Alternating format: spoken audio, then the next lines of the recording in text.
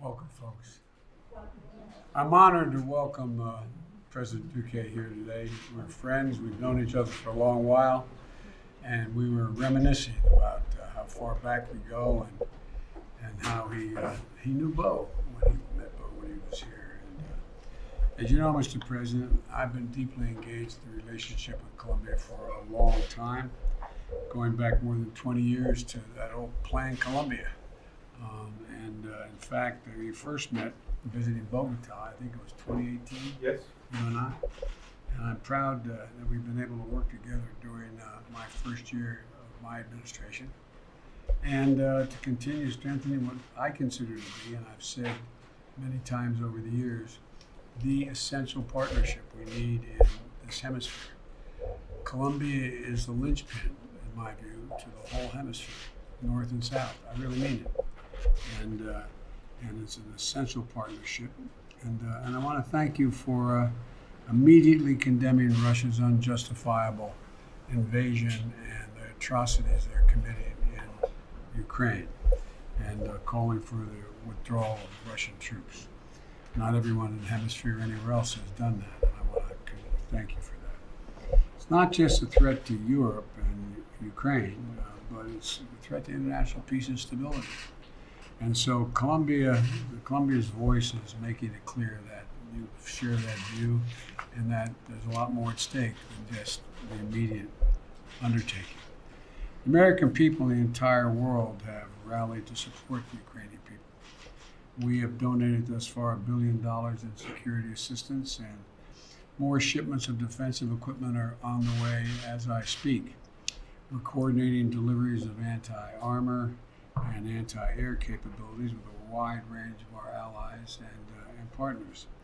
And we're providing tens of thousands of tons of humanitarian needs from food, water, and medicine.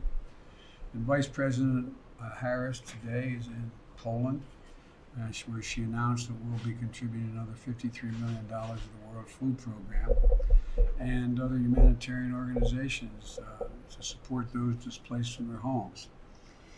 She also announced the delivery of Patriot missile battery to support our NATO allies in Poland. And our economic sanctions are crippling the Russian economy right now. The ruble has lost half its value and now would take literally almost 200 rubles equal $1 because of how it's been so damaging. The ruble we cut off U.S. imports of Russian oil and gas, targeting the main artery of Russia's economy. And last night, the House of Representatives passed a bill that included more than $13 billion in Ukrainian assistance. And the United States and the people around the world are going to continue to support the Ukrainian people, I believe, as they defend their country. Ukraine will never, never be a victory for Putin. Now, I've said for a long time, Colombia is the keystone to our shared efforts to build a hemisphere that's prosperous, secure, and democratic. And we talked about the struggle of democracies in the 21st century. And I want to thank you, Mr. President, for your leadership on issues that matter to everyone in this region. Combating the pandemic, advancing health security, taking on the climate crisis with urgency and genuine ambition, and for welcoming refugees from Venezuela and working toward an orderly, secure, and humane way to tackle the unprecedented levels of migration. Colombia has done an incredible job, and I know the political consequences for taking that kind of stand, which is the right stand, but not always most popular. Our hemisphere migration challenges cannot be solved by one nation or at any one border. We have to work together. So today, I'm calling for a new framework of how nations throughout the region can collectively manage migration in the Western Hemisphere. There's something we've been discussing with partners throughout the region, including you, Mr. President. And our goal is going to be to sign a regional declaration on migration and protection in June in Los Angeles when the United States hosts the Summit of the Americas, which we talked a little bit about. And this can't be a piecemeal approach, in my view. It needs to include far more support for countries like Colombia that are hosting the lion's share of the refugees and migrants. It's an obligation of all of us, not just Colombia. And it needs to include far more support, as I said. And it needs to dramatically expand access to resettlement and other legal pathways to migration. And it needs to aggressively pursue the criminal smugglers and traffickers who prey on all these folks for profit.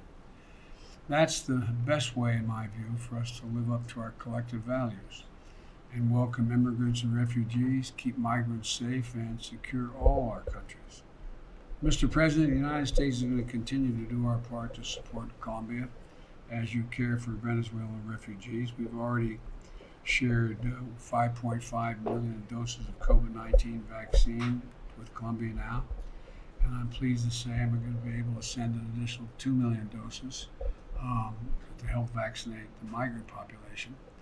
And we're also going to continue strengthening our long-standing bilateral security arrangements to fight the transnational criminal activities that occur in this hemisphere and to meet the regional and global challenges that we face both north and south.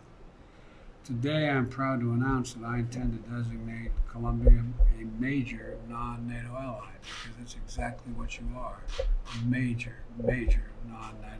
non-NATO ally. And this is a recognition of the unique and close relationship between our countries. And we're approaching, as you pointed out to me, and we talked about the 100th anniversary of that relationship. We stood with Colombia as you fought for your country and negotiated historic peace. And we're going to continue to stand together and build peace, reconciliation, and, God willing, a prosperous future for all Colombians. And finally, as we're celebrating 200 years of diplomatic relations, I said 100, you can tell I'm getting old. It was 200 years of diplomatic relations between our countries, and we've long shared history. And we're looking forward to a future that our nations will build together. To that end, Mr. President, I'm pleased that our nations are agreed on a new bicentennial partnership that's going to form the base of a comprehensive cooperation going forward between our countries. The U.S.-Colombia relationship is the foundation, in my view, of regional security and prosperity.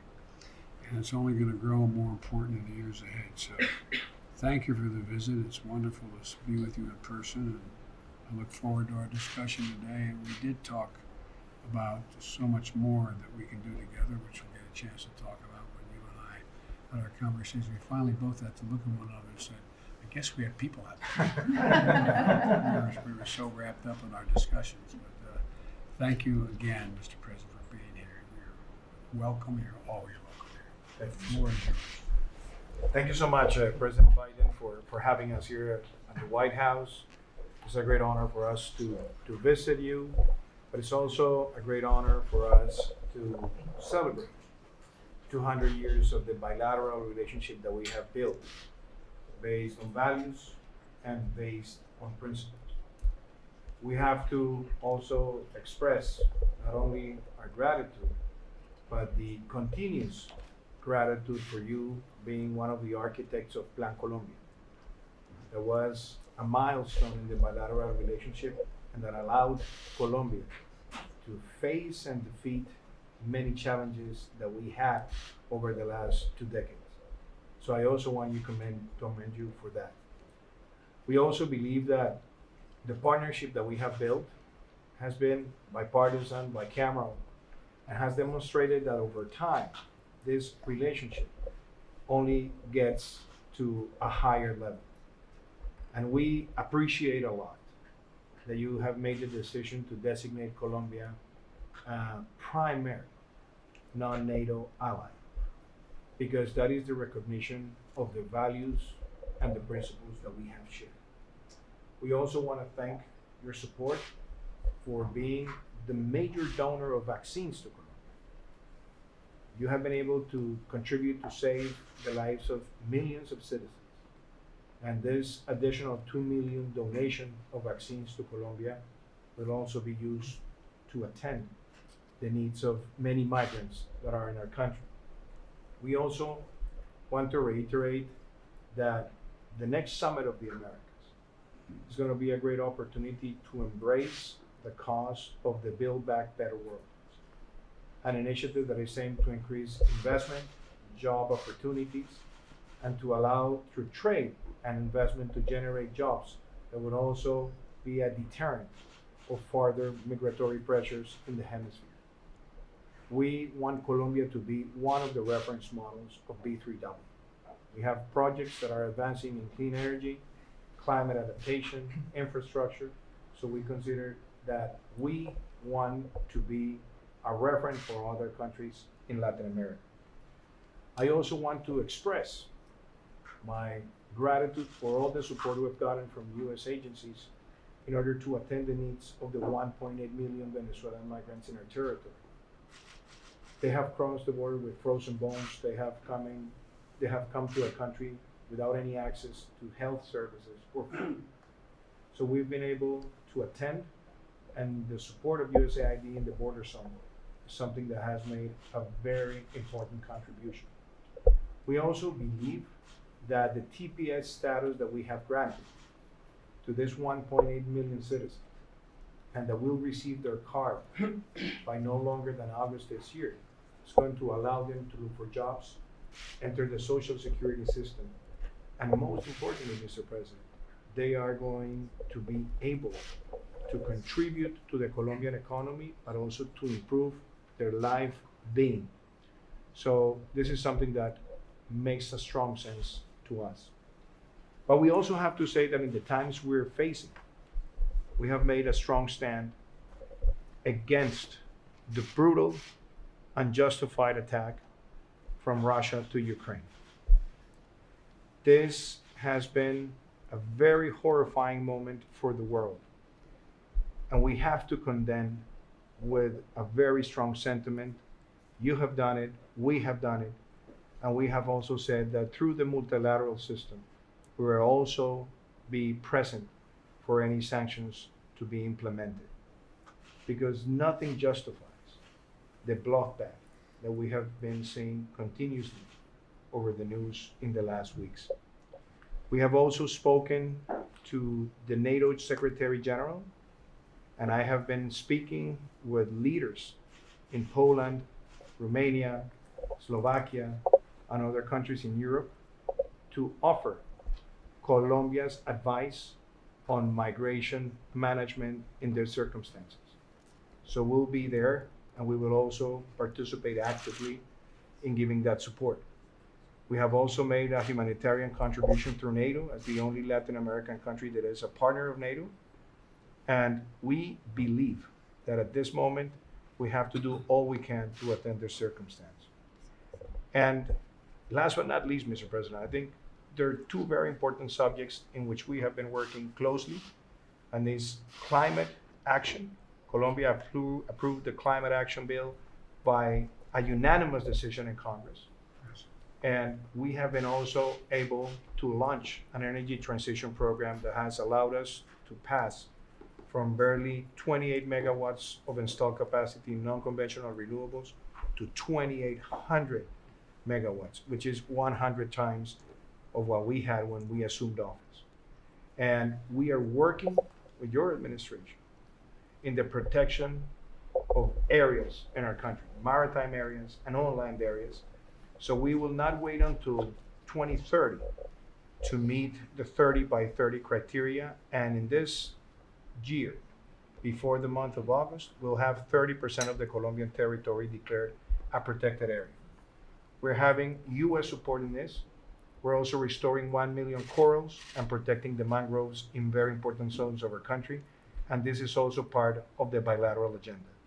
So President Biden, to you and to the administration, but also to the American people, we feel proud that 200 years of this bilateral relationship, today with your decision of declaring Colombia a strategic non-NATO partner, is taking the bilateral relationship to the highest peak ever. Thank you so much. Thank you. Appreciate it. Mr.